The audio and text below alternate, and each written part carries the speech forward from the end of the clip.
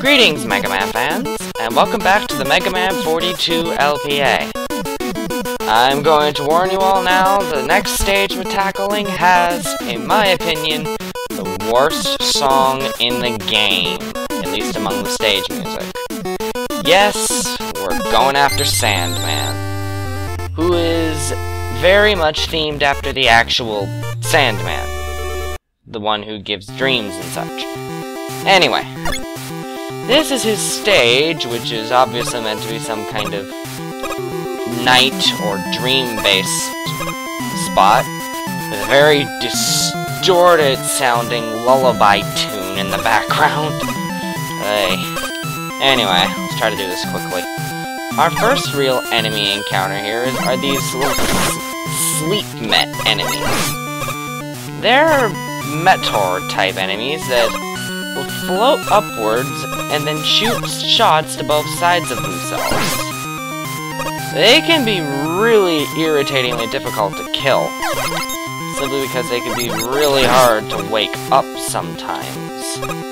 If you can, bring a shield-piercing weapon, seriously. One thing I also don't like with them is that the introduction to them would have worked a lot better if you had just put one right in front of you or something, instead of immediately introducing it with that kind of terrain.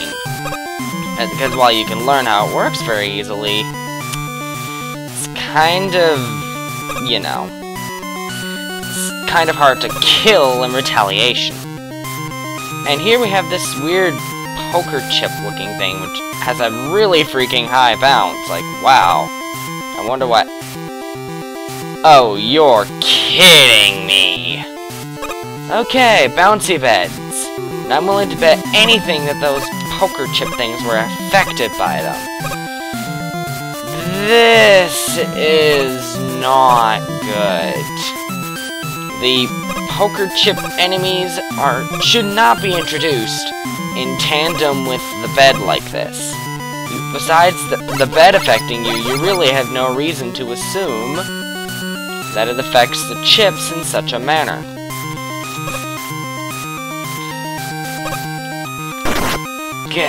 And sometimes they can be, and simply because of the nature of the bed, they can be very difficult to dodge. It is doable, but I've never pulled it off before.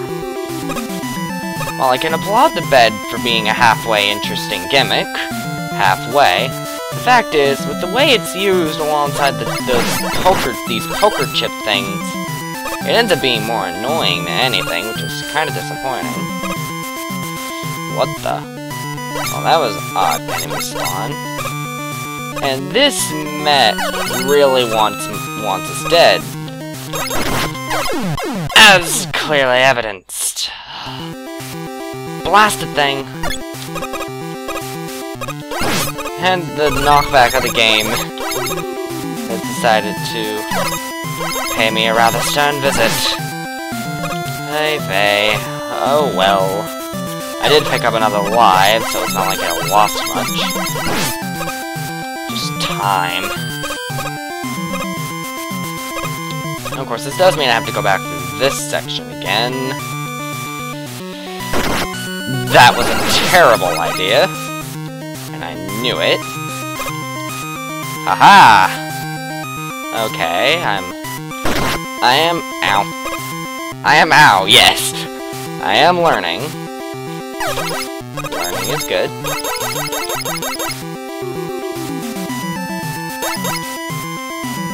Hello? Okay, fine, not gonna get up? Okay, what's that? Oh! Really?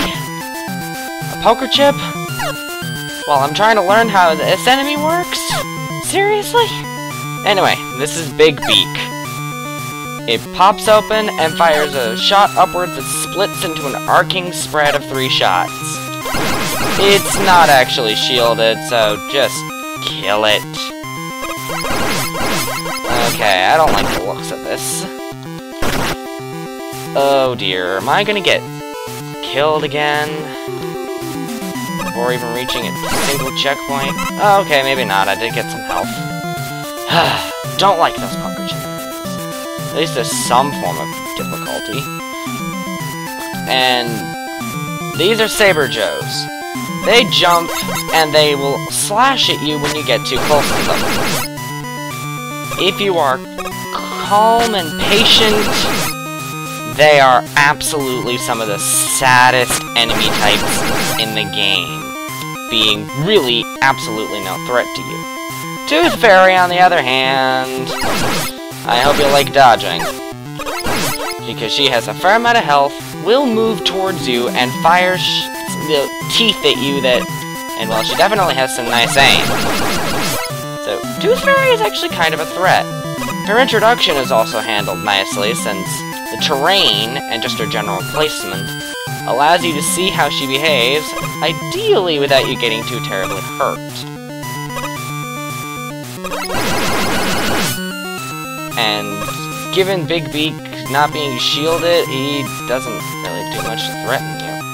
In fact, none of this area is doing a lot to threaten me. Wow, what is up with all this dead air? What was up with all that dead air back there? Really? That's... like, bad level design is already irritating enough, but level design that's literally just nothing? Like, really? Okay. Well, some help is mighty appreciated. At least the Tooth Fairies are kind of deadly. Oh, you're kidding. You know, I find it funny, just thinking about it now. I find it funny how the industrial cannon-looking things, I am pretty sure they take less hits to kill than the Tooth Fairy. Speaking of Tooth Fairy,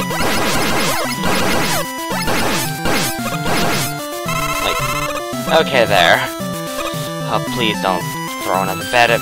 Please don't throw another bed at me.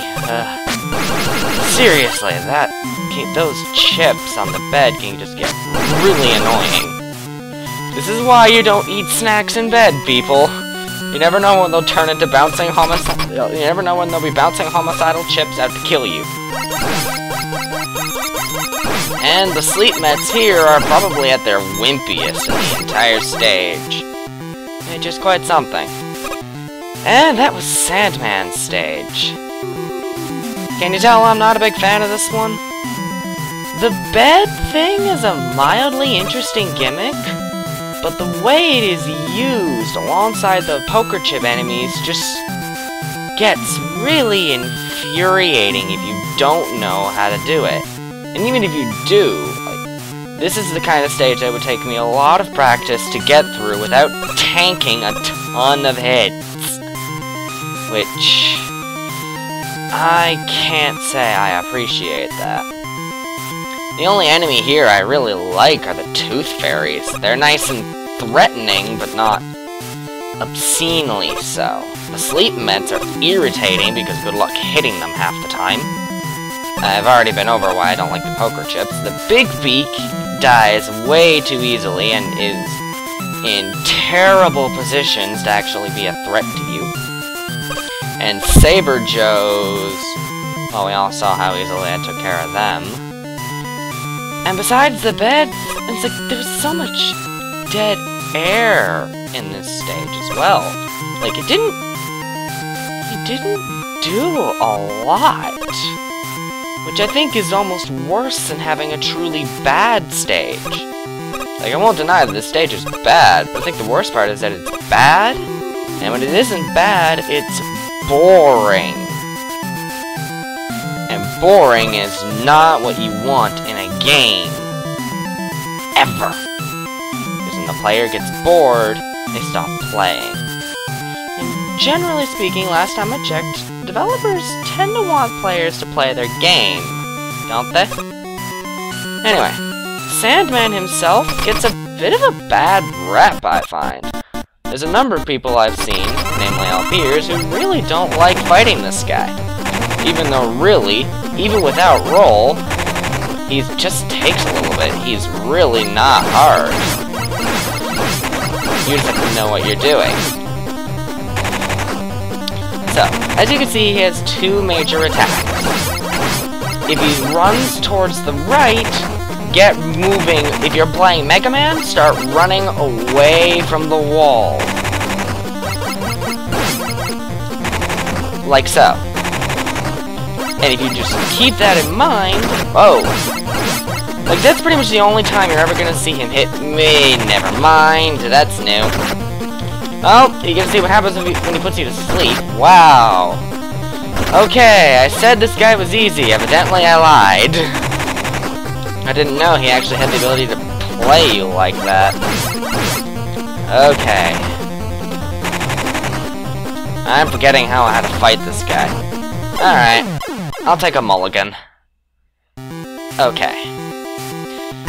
So, I'm gonna have to revoke the easy thing, considering the fact he just totally wrecked me. But I still find him not as bad as some of the other bosses in this game. He can only use that big, huge dash attack if he goes to the right wall. And his other attack he only ever uses in the middle. So long as you pay attention to those facts, he shouldn't get much opportunity to actually hit you. Especially if you're playing as Roll.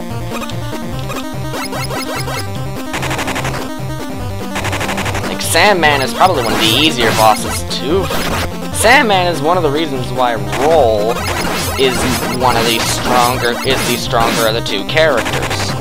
Because she gives Sandman a really difficult time.